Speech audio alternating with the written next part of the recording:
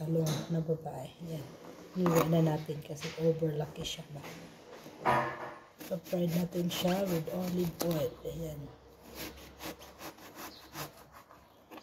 Diba?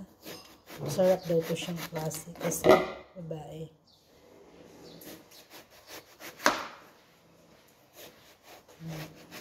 Ayan.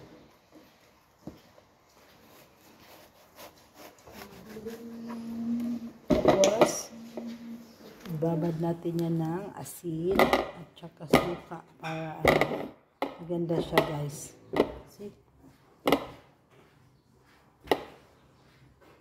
Guys, paligod ng asin. Ganyan. Asin bago nagsaputuhin. Yan.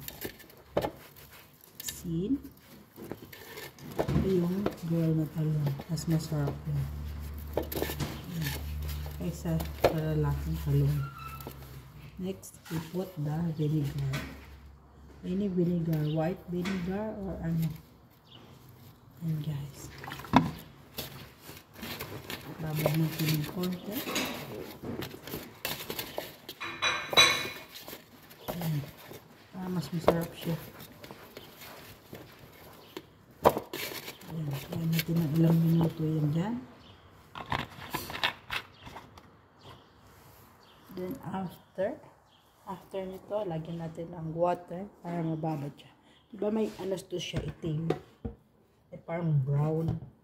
Para lumabas yung kanyang brown. At magiging siyang ganito ang kulay. Ito kasi hayaan natin magiging ano to siya, brown. Kulay ng ating talong. Mababad natin yan. Tapos natin ibabad saglit, i-drain natin siya sa water na may asin. Ayun, hayaan natin maalis yung tubig. Tapos, dry natin po, syempre tuuhin. Ayan na guys, yung ating pinaproso. Paano masarap ang talong na pinarito.